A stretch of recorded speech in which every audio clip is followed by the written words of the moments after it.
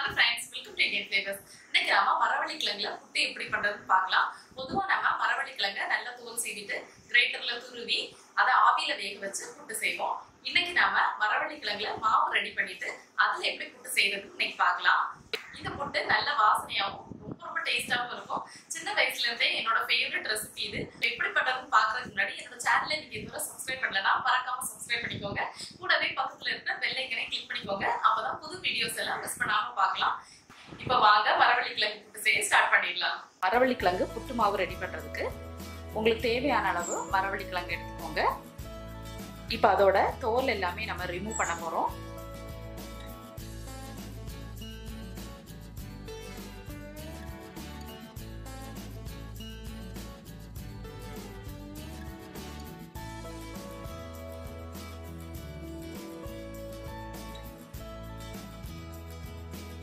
பாருங்க, கிழங்கோட தோல் எல்லாத்தையுமே ஈஸியா ரிமூவ் பண்ணியாச்சு. இதுக்கு மேல பாத்தீங்கன்னா கொஞ்சம் மண் எல்லாம் இருக்கும், அதனால இதை நீட்டா வாஷ் பண்ணிக்கலாம்.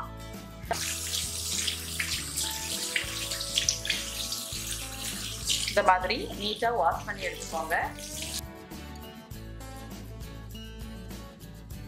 கிழங்கு சீவுறதுக்கு ஃபர்ஸ்ட் ஒரு பரந்த பாத்திரத்தை எடுத்துக்கோங்க. கிரேட்டர்ல இந்த மாதிரி இருக்கிற பிளேடை சூஸ் பண்ணிக்கோங்க. இப்போ கிழங்கு எடுத்து சீவ ஆரம்பிச்சிடலாம்.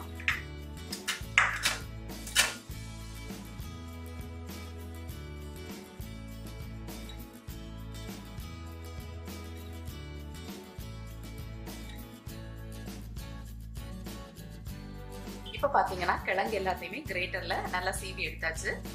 கிரேட்டர்ல நல்லா துருவினதுக்கு அப்புறமா 2-3 நாள் வெயில்ல நல்லா காய வச்சுருங்க. வெயில்ல நல்லா காய்ச்சதுக்கு அப்புறமா நான் உங்களுக்கு காமிக்கிறேன். இப்போ பார்த்தீங்கன்னா ஒரு 2-3 டேஸ் நான் வந்து வெயில்ல நல்லா காய வச்சிருந்தேன். இப்போ 3 டேஸ்க்கு அப்புறமா பாருங்க, எல்லாமே வந்து நல்லா காஞ்சிருக்கு. உங்களுக்கு இப்படி எடுத்து உடைச்சு பார்த்தீங்கன்னா எல்லாமே உடஞ்சிடணும். அந்த அளவுக்கு நல்லா காஞ்சு போயிடணும். இப்போதான் நம்ம மில்ல கொடுத்து பவுடர் பண்ணும்போது ஃபைன் பவுடரா கிடைக்கும்.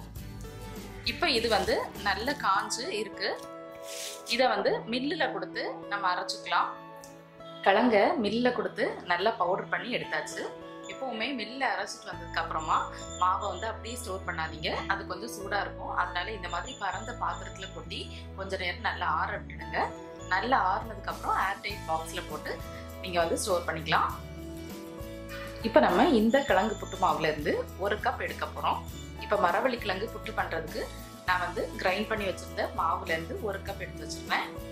ஒரு பவுல்ல கொஞ்சம் தண்ணி எடுத்துருக்கேன். அதுல தேவையான அளவு உப்பு போட்டு நல்லா கரைச்சி வச்சிருக்கேன். இதை நம்ம இப்போ இந்த புட்டு மாவுல கொஞ்சம் கொஞ்சமா தெளிச்சு நல்லா மிக்ஸ் பண்ணிக்கலாம். சாதாரண புட்டு மாதிரி இல்லாம இந்த புட்டுக்கு ரொம்ப உப்பு தேவைப்படாது. முதல்ல கம்மியா சேர்த்துட்டு கொஞ்சம் டேஸ்ட் பண்ணி பாருங்க. அப்புறம் தேவைப்பட்டுச்சுன்னா இன்னும் ஆட் பண்ணிக்கோங்க. நீங்க வந்து உப்பை இந்த மாதிரி கரைச்சி யூஸ் பண்றதுக்கு பதிலாக டைரக்டா மாவுல போட்டு யூஸ் பண்ணலாம். இதை கொஞ்சம் கொஞ்சமா புட்டுக்கு மேல தெளிச்சு நல்லா விரவிடலாம். தண்ணி வந்து அதிகமா போயிடக்கூடாது, அதனால கொஞ்சம் கொஞ்சமா ஊற்றி இந்த மாதிரி பிசறி விட்டுக்கோங்க. சாதாரணமா நம்ம புட்டுக்கு விரவுவோம்ல, அது மாதிரி தான்.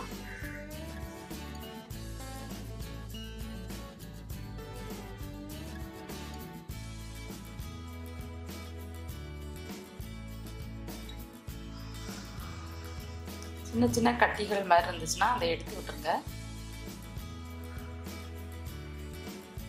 இதோட கன்சிஸ்டன்சி கரெக்டாக எப்படி இருக்கணும் அப்படின்னா, கொஞ்சம் மாவை கையில் எடுத்து கொழுக்கட்டை மாதிரி பிடிச்சா இப்படி பிடிக்க வரணும். அதை உடச்சி விட்டா உடஞ்சிடணும். அப்படி ஒரு கன்சிஸ்டன்சியில் இருக்கணும். இந்த மாதிரி விரவிக்கோங்க. நீங்கள் நான் வந்து இன்னைக்கு இந்த type of puttu maker use பண்ணுறேன். நீங்கள் வந்து எந்த டைப் ஆஃப் புட்டு மேக்கர் வேணாலும் யூஸ் பண்ணிக்கலாம். இப்போ நம்ம புட்டுக்கு ரெடி பண்ணி வச்சுருந்ததை இதில் ஃபில் பண்ண போகிறோம். ஃபஸ்ட்டு லேயராக நான் வந்து துருவின தேங்காய் சேர்க்குறேன். அடுத்தது நம்ம ரெடி பண்ணி வச்சுருந்த மாவை சேர்த்துடலாம்.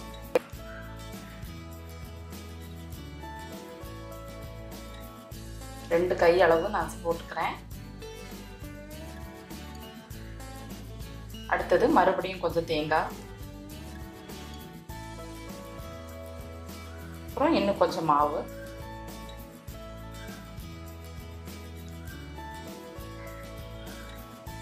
இதுக்கு மேலே கடைசியாக கொஞ்சம் தேங்காய் சேர்த்துடுறேன்.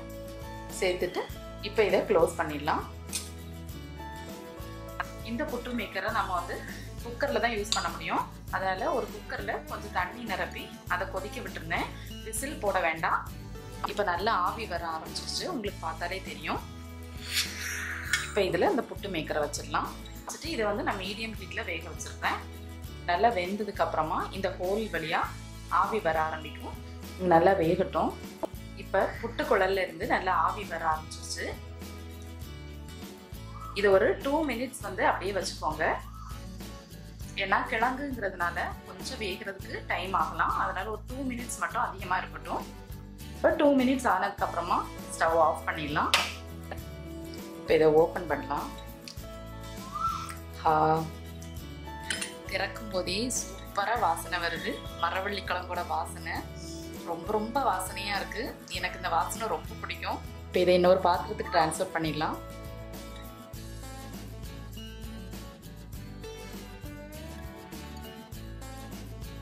நல்ல அழகாக வெந்து சூப்பராக வந்திருக்கு. ரொம்ப ரொம்ப சூப்பரான டிஷ் இது. இது வந்து பார்த்தீங்கன்னா கொஞ்சம் சூடாக இருக்கும்போதே சாப்பிடணும். ஏன்னா இது கொஞ்சம் ரப்பர் மாதிரி ஆகிடும். அதனால இதை சுட சுட சாப்பிட்டீங்கன்னா ரொம்ப டேஸ்ட்டாக இருக்கும். நான் இதில் தேங்காய் வச்சு வேக வச்சுருந்தேன். நீங்கள் வந்து நாட்டு சக்கரை பொடி இல்லைனா கருப்பட்டி கூட யூஸ் பண்ணிக்கலாம். அதுவும் நல்ல டேஸ்ட்டாக இருக்கும், நல்ல வாசனையாகவும் இருக்கும்.